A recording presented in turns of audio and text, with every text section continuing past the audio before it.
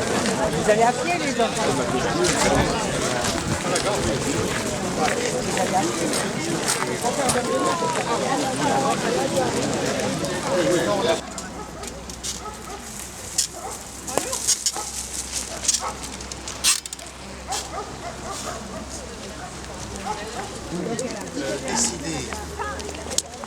Décider quels étaient les bons.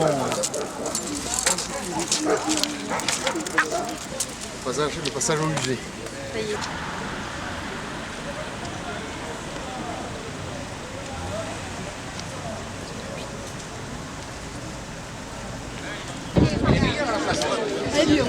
La parole n'est pas grand-chose. Ce qui est important, c'est que vous soyez là, que nous soyons là, et que nous puissions demain, après-demain, poursuivre ce devoir de mémoire. Monsieur Schoeffer avait 17 ans lorsqu'il fut déporté de cette gare à l'été 1942. Le plus âgé, il fut le seul à revenir de tous les enfants, dont le plus jeune n'avait que 3 ans. Quelle lutte, combien d'illusions, quelle souffrance j'ai eu à endurer durant ces 3 années qui ont suivi mon arrestation. Rien n'est tombé dans l'oubli durant cette époque, ni le bien ni le mal. Ces années se sont imprégnées dans ma chair, dans mon esprit. 72 années depuis cette marche vers la gare. Mais si ma voix peut encore porter et être entendue, j'implore le public qui m'écoute ou qui me lit de tout faire pour que l'on n'oublie pas nos martyrs et que chacun contribue à un monde meilleur là où il se trouve. Les 8, 10 et 24 août et le 1er septembre 1942, 749 juifs internés dans les camps du Recébédou et de Noé et 161 juifs, dont 42 enfants, raflés dans les communes de la Haute-Garonne, furent livrés aux nazis par le gouvernement de Vichy et déportés vers le camp d'extermination d'Auschwitz. Ruth Bajowitz avait 13 ans, Sylvain Berger, 13 ans, Eliane Berger, 6 ans, Suzy Berger n'avait que 3 ans, Lazare Berkovitch, 4 ans, Maurice Bialek, 12 ans, Louis Bialek, 11 ans, Adolphe Bialek, 5 ans, William Bialek, 5 ans, Hermann Bial, 11 ans, Ida Brésiner, 5 ans, Charles Brésiner, 4 ans, Jeanne Feldman, 17 ans, Félicia Feldman, 13 ans, Jacob Fortinski, 12 ans, Sarah Fortinski, 11 ans, Eugène Frezen, 16 ans, Eva Fromm, 12, Henri Fromm, 11, Bina Ginberg, 12 ans, Sarah Ginsberg, 10 ans, Rachel Ginberg, 7 ans, Gerda Gudver, 14 ans, Suzanne Odenberg, 17 ans, Simone Jakubowicz, 9 ans, Isidore Kolm, 17 ans, Max Komornik, 14 ans, Sophie Krieger, 16 ans, Evelyne Naxer, 5 ans, Jeanne Levin, 11 ans, Horst Lovenstein, 12 ans, Malka Marienberg, 12 ans, Maurice Marienberg, 4 ans, Henri Mendelssohn, 17 ans, Alexandre Mendelssohn, 15 ans, Ernst Mendelssohn, 14 ans, Charles Mendelssohn, 13 ans, Paul Mendelssohn, 12 ans, Salomon Rosenwasser, 12 ans, Georg Secher, 13 ans, Deborah Silber, 11 ans, Wolf Sidolski, 7 ans, Myriam Thorn, 16 ans, Gertrude Thorn, 14 ans. Malgré leur âge, ces enfants n'ont pas été épargnés. Ils sont morts avec leurs parents dans les camps d'extermination nazis. Tout dans la déportation appelle d'abord au silence. Le silence parce que les mots manquent. Le silence longtemps gardé par les rescapés. Le silence de l'introspection. Le silence du souvenir. On ne pourra jamais tout dire de l'horreur. Les mots sont moins forts que le bruit des lents trains sur les chemins de fer de France, d'Allemagne ou de Pologne. Mais comme a pu le dire Pier Paolo Pasolini, ce n'est pas que les morts ne parlent pas, c'est que nous avons perdu l'habitude de les écouter. Si tout dans la déportation appelle d'abord au silence, il nous appartient de faire exister, au-delà de l'horreur, en raison même de l'horreur, ces hommes, ces femmes, ces enfants. D'exister ne fût-ce que par la mémoire de l'histoire.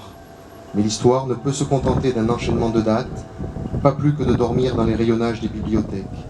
L'histoire se bâtit de ses cris, l'histoire se bâtit de ses vies sacrifiées. L'histoire a pour impératif de de bâtir la critique nourrie en cela par ces expériences de chair et de sang. Ces cris, désormais cris du silence, ces cris des camps et des prisons, ces cris des arrestations et des wagons, ces cris des interrogatoires et des crématoires, ces cris sont aujourd'hui tant l'honneur de celles et ceux qui ne purent les contenir qu'une ligne de conduite pour les générations à venir. Cette mémoire, sa défense, sa transmission sont l'héritage de ces femmes et de ces hommes, le lien entre les disparus, les rescapés, les familles et les générations qui s'ajoutent aux générations, un lien entre ce qui a été, ce qui est et ce qui ne doit plus jamais être. La ville de Portet-sur-Garonne n'oublie pas de son histoire l'ancien camp du Récébédou, où elle a instauré un musée de la mémoire. Je veux là souligner la conviction de François Peraldi, alors maire de la commune, de l'intérêt mémoriel et public d'un tel équipement de mémoire. Je veux aussi saluer l'engagement de l'association AMAR, Association Mémoire Active Récébédou, et de sa présidente, Madame Marie-Claire Escaffre, qui, aux côtés de la ville, s'attache à faire de ce musée un lieu vivant qui accueille, expose, reçoit les visites des écoles. La plupart des internés sont des juifs allemands, expulsés par les nazis du sud-ouest du Reich. Ils sont rassemblés dans ce camp par les forces de l'ordre de la France non occupée. La loi française du 4 octobre 1940 permet sur tout le territoire l'internement par le préfet des étrangers de race juive. Le régime de Vichy, soucieux de rassurer l'opinion publique émue des conditions d'internement, décide de faire du Récébédou un camp vitrine qui sera visité par des journalistes américains et ouvert aux associations caritatives. Les efforts de propagande du régime ne durent pas. Les conditions de survie au sein du camp sont très éprouvantes. Manque de nourriture, d'hygiène, de soins. En 1942, la participation du gouvernement de Vichy à la solution finale est organisée. En août 1942, les internés juifs des camps de Noé et du Récébédou à Portet-sur-Garonne sont conduits à la gare. Ils quittent la France pour être déportés. La plupart d'entre eux ne reviendront jamais.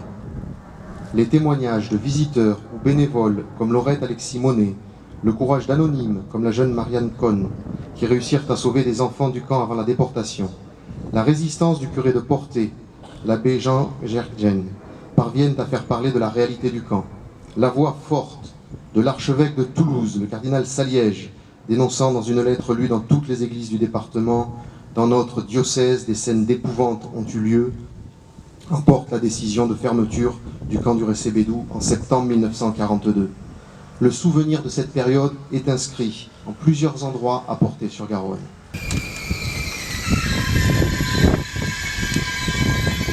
Monsieur le maire, mesdames et messieurs les élus, anciens combattants et résistants, représentants des autorités civiles et militaires, chers amis et chers enfants, nous inaugurons aujourd'hui une nouvelle plaque à la gare de Portet-Saint-Simon qui continuera de rappeler les horreurs qui se sont déroulées dans ces lieux voici 72 ans, dans une des périodes les plus affreuses de l'histoire de France.